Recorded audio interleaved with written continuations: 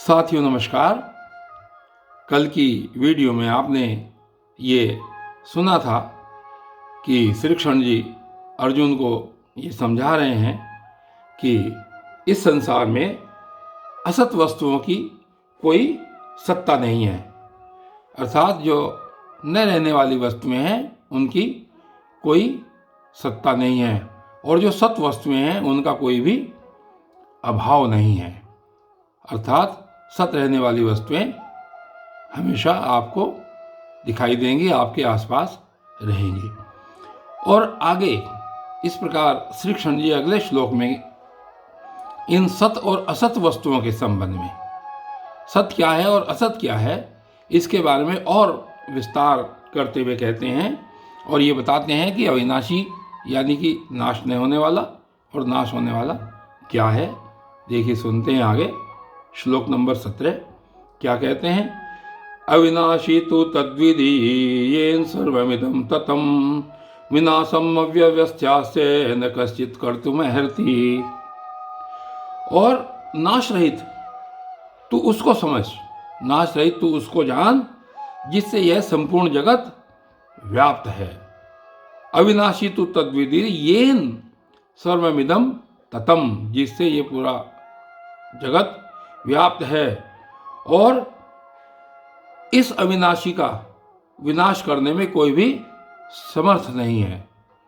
श्री कृष्ण जी समझाते हैं अर्जुन को कि अविनाशी वस्तु तू उसको समझ जिससे यह संपूर्ण जगत व्याप्त है और इस अविनाशी का नाश करने में कोई भी व्यक्ति समर्थ नहीं है। यहाँ पर वो आत्मा के बारे में बता रहे हैं और आगे कहते हैं, अंतवंत इमे देहा नित्य शोक्ता शरीरिणः अनाशिनो अप्रमेयस्य तस्माद् युद्धस्व भारत।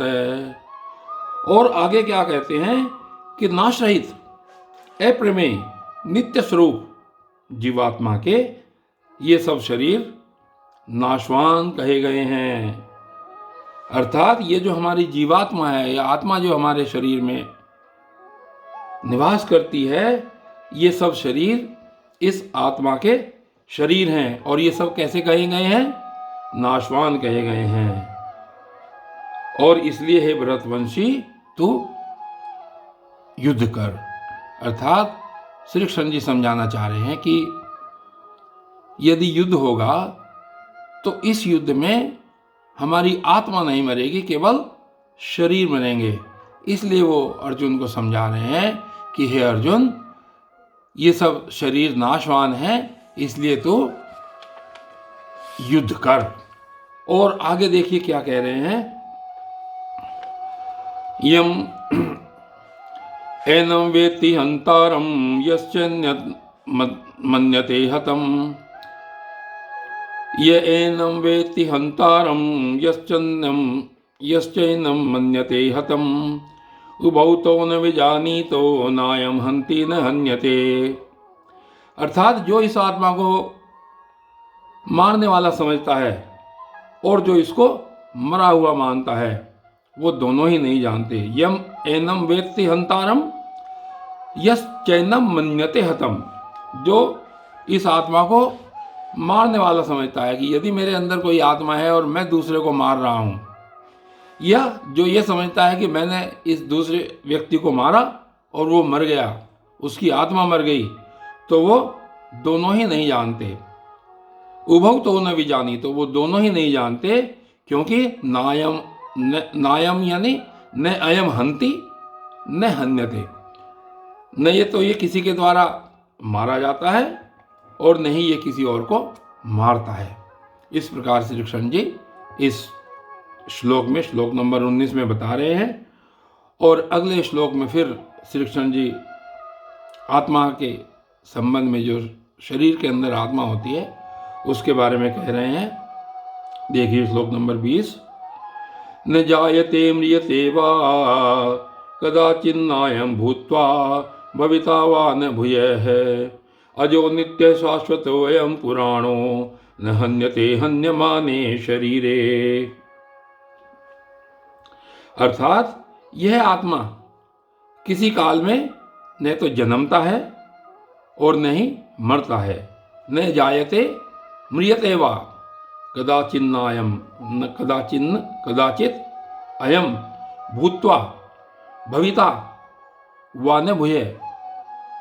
यह मरकर भी नहीं मरता और उत्पन्न होने वाला होने पर भी यह अजन्मा है।